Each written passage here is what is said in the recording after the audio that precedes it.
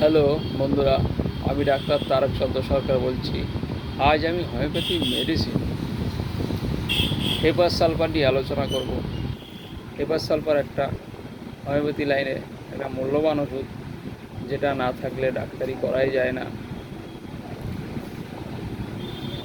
ক্যালক্রিয়াম ও sulphur মিলিত হয়ে এই হেপার সালফার তৈরি হয়েছে। হেপার সালফার একটা সিলি পেশেন্ট, যা এক্সট্রিমলি সিলি বলা যায়। এত শীত যে সব সময় জামা কাপড় গায়ে দিয়ে থাকে, এমনকি ঘরের জানলা দরজা খোলা রাখে না। যদি কোনো ফাঁক ফোকর থাকে সেক্ষেত্রে সেটা আটকে রাখে। এত চিলি, এক্সট্রিমলি চিলি বলা যায়, সরিনামের মতো।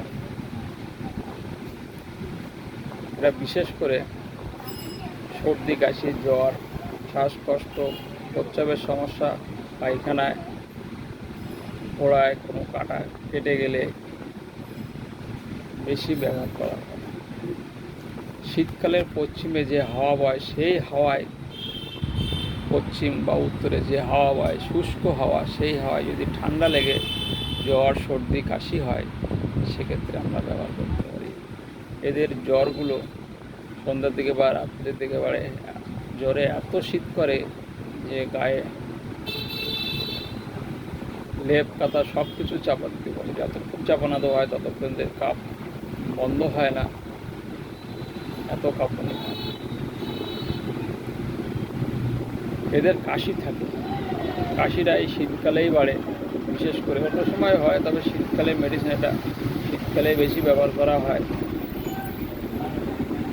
ঠান্ডা হাওয়া লাগলে সন্ধ্যের দিকে, রাত্রের দিকে এদের কাশি বাড়ে। একটু পুরনো হলে কাশিতে কফ ওঠে, কফগুলো হলুদ রঙের হয়। এদের শ্বাসকষ্ট দেখা যায়, শ্বাসকষ্টটা শীতকালে বাড়ে। এমনকি নাক বন্ধ হয়ে যায়, নাক সর্দি থাকে হালকা বা পুরোপুরি নাক ঝাড়লে নাকে পাকা সর্দি বেরোয়, কাশলেও কফ বেরোয়, সেটা পাকা হলুদ রঙের। এদের শ্বাসকষ্টটা রাত্রে বাড়ে। শ্বাসকষ্টের জন্য এরা উঠে বসে থাকে বা পিছন দিকে হেলে থাকে, বা বালিশ দুটো তিনটে দিয়ে মাথা উঁচু করে রাখে। কাশতে কাশতে এদের দম বন্ধ হয়ে যায়, তার জন্য এরা উঠে বসে। এদের বুকের মধ্যে ঘর ঘর সাই সাই শব্দ হয়, কফ যেটা ওঠে হলুদ রঙে। শীতকালে এদের বাড়ে। এমনকি গায়ের ঢাকনা যদি বা কোনো কিছু যদি যায়, গায়ের জামা কাপড় খুলে ফেলে বা লেপ কাতা যদি খুলে ফেলে, তাহলে এদের কাশি হয়, শ্বাসকষ্ট আরও বেড়ে যায়। ততক্ষণ এরা ঢাকা না দেয় তাদের পারে। এমনকি কাশির সময় যদি কোথাও ফাঁকা থাকে, সেক্ষেত্রে কাশি বাড়ে টিউবারকুলামের মতো। সহজে এদের ঠান্ডা লেগে যায়, ঠান্ডা ভাস খুব বেশি। এদের প্রস্রাবের সমস্যা আছে। প্রস্রাব কোনো সময় থেমে থেমে হয়, যে বেঁধে যায়, ক্লিয়ার হয় না। অনেক সময় প্রস্রাব লাগলে বুঝতে পারে না, ফোটা ফোটা পড়ে যায়। প্রস্রাবে একটা দুর্গন্ধ আছে। এদের ঘাম হয়, ঘামে দুর্গন্ধ আছে।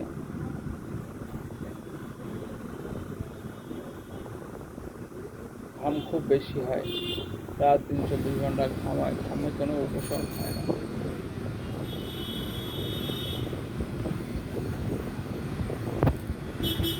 এদের ফোড়ার সমস্যা আছে। ফোড়াটা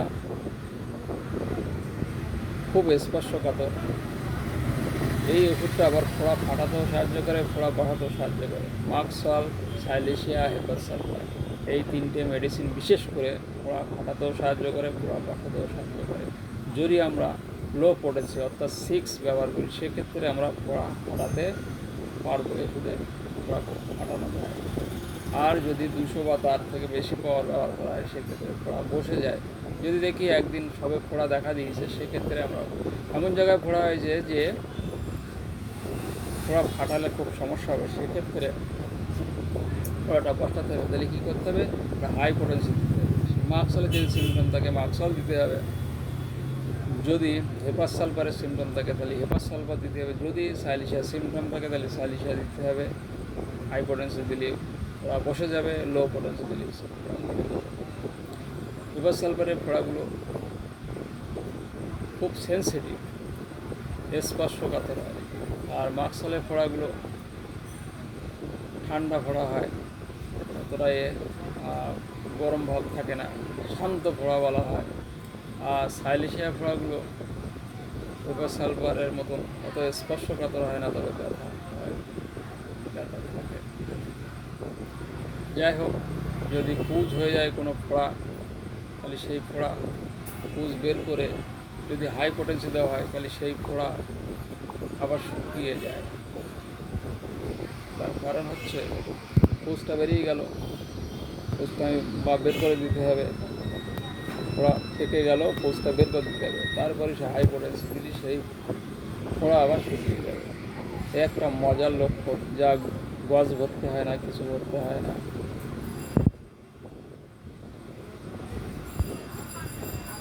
এদের জল পিপাসা নর্মাল আছে। পায়খানা, এদের ডায়রিয়া দেখা যায়, ডায়রিয়াটা বাচ্চাদের দেখা দিলে সেই পায়খানায় টক গন্ধ থাকে, দুর্গন্ধ থাকে। অ্যালকিরাকাপ, হেপাস সালফার, ম্যাককার, এদের পায়খানার টক গন্ধ থাকে।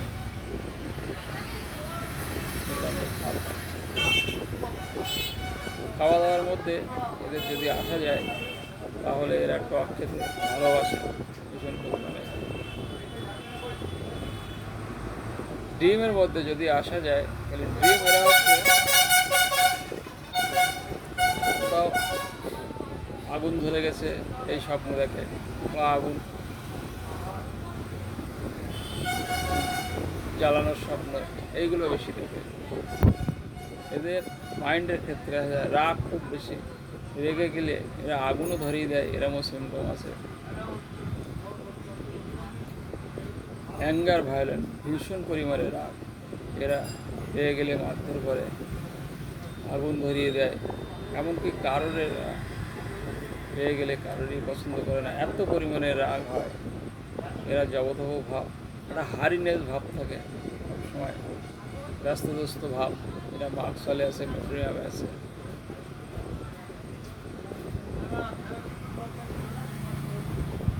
কাজকর্ম খুব দ্রুত করে।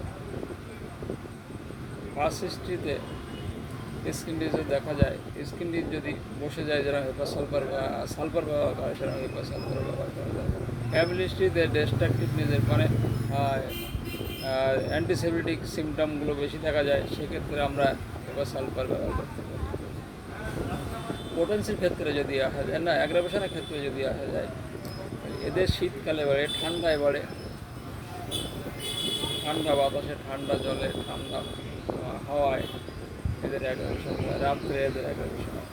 আর অ্যামুলেশন মানে উপশম যদি দেখা যায়, গরমে এদের উপশম, গ্রীষ্মকালে এদের কম থাকে। গায়ে ঢাকা দিলে কম থাকে। পোটেন্সির ক্ষেত্রে যদি আসা যায় তাহলে আমরা 6 থেকে সিএম পর্যন্ত এরা ব্যবহার করতে পারি।